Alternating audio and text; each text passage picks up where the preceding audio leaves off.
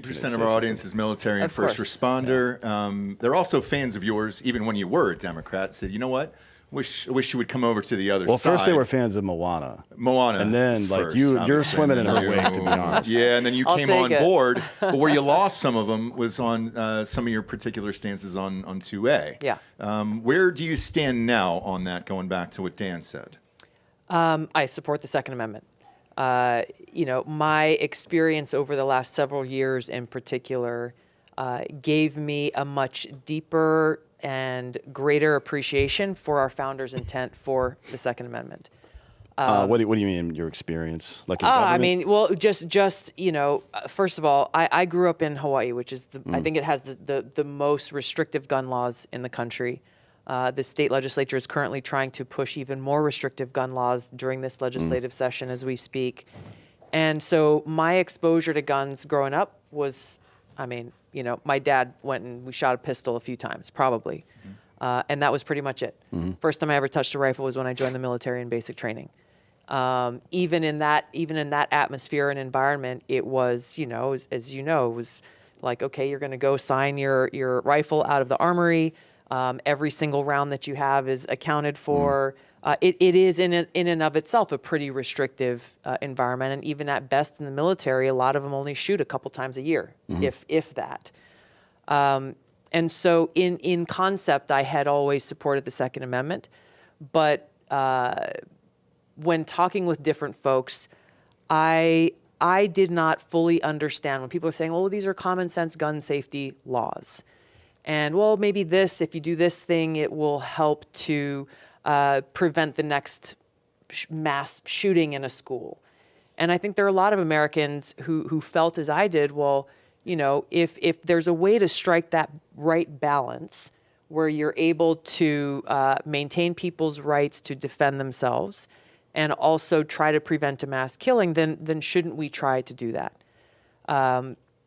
The argument that was made that I had heard people make about our founders intending the Second Amendment not only to be a right to defend yourself and your loved ones for recreational purposes or whatever, but to serve as a check on the power of a tyrannical government, in my mind it was like, okay, that I can't imagine that scenario in my life, and it didn't seem real. And that's where over the last several years, in my experience at least, we have seen such a transformation where that has become a very real situation, where the abuse of power is becoming so brazen. I got to spend a lot of time with folks during my 2020 campaign and since who shared their experiences with me, people who've grown up around guns and understanding, well, what is this quote unquote gun culture like, and what are the maybe intended consequences for some. I know a lot of Democrats who want to get rid of guns completely, get rid of the Second Amendment. For some, there are unintended consequences, of some of these things that are sold as common sense gun safety laws and how they do directly infringe on our Second Amendment rights and how they are essentially these stepping stones toward their ultimate goal and objective, which is getting rid of guns and disarming the populace. And so my views on, things like the assault weapons ban have changed out of that learning, understanding, and that growth in really appreciating our founders' full intent for the Second Amendment and what that means to actually be committed to supporting and defending it. I think Ben Franklin said anyone that sacrifices liberty for security deserves neither. Right? Yes. I've had this conversation with a lot of people about, not just you, but a lot of people have made this, I guess, road to Damascus transformation over the last couple of years. It's easy to say it now that you're not voting on it, right? But your voting record tells a different story. Now I know people can change, things change like that. I guess from my perspective, it's less about guns specifically for me. It's more about the relationships some people have with the Constitution itself, this predilection to think for other people, right? The idea that anybody has the right to tell somebody else what to do, how to defend themselves, so on and so forth, is much deeper than just the gun issue, right? Because it manifests itself in quite a few ways. Yeah. Like we talk about the Bill of Rights. I doubt many people could even list them, frankly, that talk about them on a regular basis. Like, I don't want troops quartered in my home, but I don't think that's going to be a problem either. But search and seizure is something that I should be worried about, right? So let's take this to a practical level. You're in office somewhere with a voting power to do so. How would you react to, let's say, the ATF or the NFA, the National Firearms Act, that restricts all sorts of gun ownership, and the fact that the ATF has created a 2 billion entry-long gun registry, which is against federal law, things like that? How would you handle those things specifically? I think those are two of the many examples where government abuse of power and government overreach has become rampant. I'm not going to pretend to be an expert on all of these issues, but I think it calls into question whether or not those two should exist. Well, they shouldn't, right? Like, why?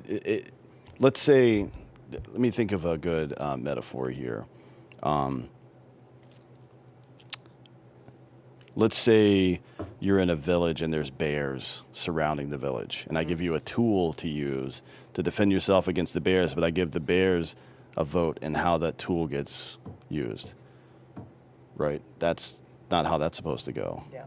I don't know. It's really difficult for me to buy because it's now very politically expedient for people to jump on board with a lot of this conservative stuff that people have fought for a very, very long time, to be honest. Yeah. No, I think your and others' skepticism is warranted. It's warranted. I think also, if we are to hope to bring about change to our government, to our laws that are currently infringing on our freedoms, there has to be room for people like me to change, to actually learn.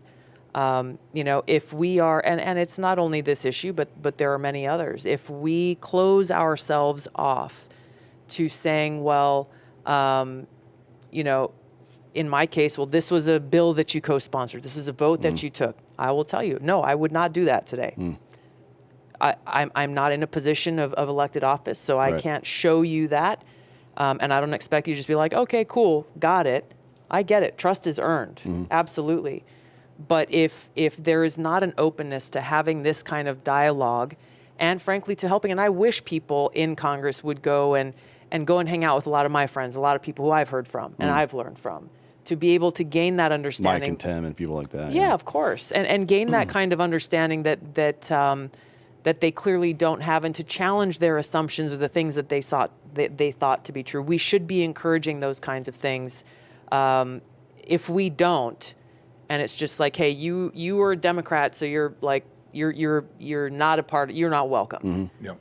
Then where do we go? How do we grow? How do we actually start to fix things? I think there's no stupid. ability to do that. That's stupid. I agree, and you do have to allow people to change, because that's what we ultimately want for everyone.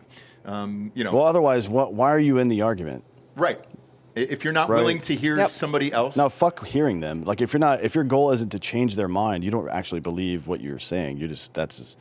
If you're just yelling and making your argument because you want to hear yourself make it, that's really what, and unfortunately that's what a lot of our so-called debate is about, is people are more interested in hearing themselves rather than actually seeking to influence and inform and actually have a true, meaningful engagement that frankly both people benefit from. I know that I have over these years.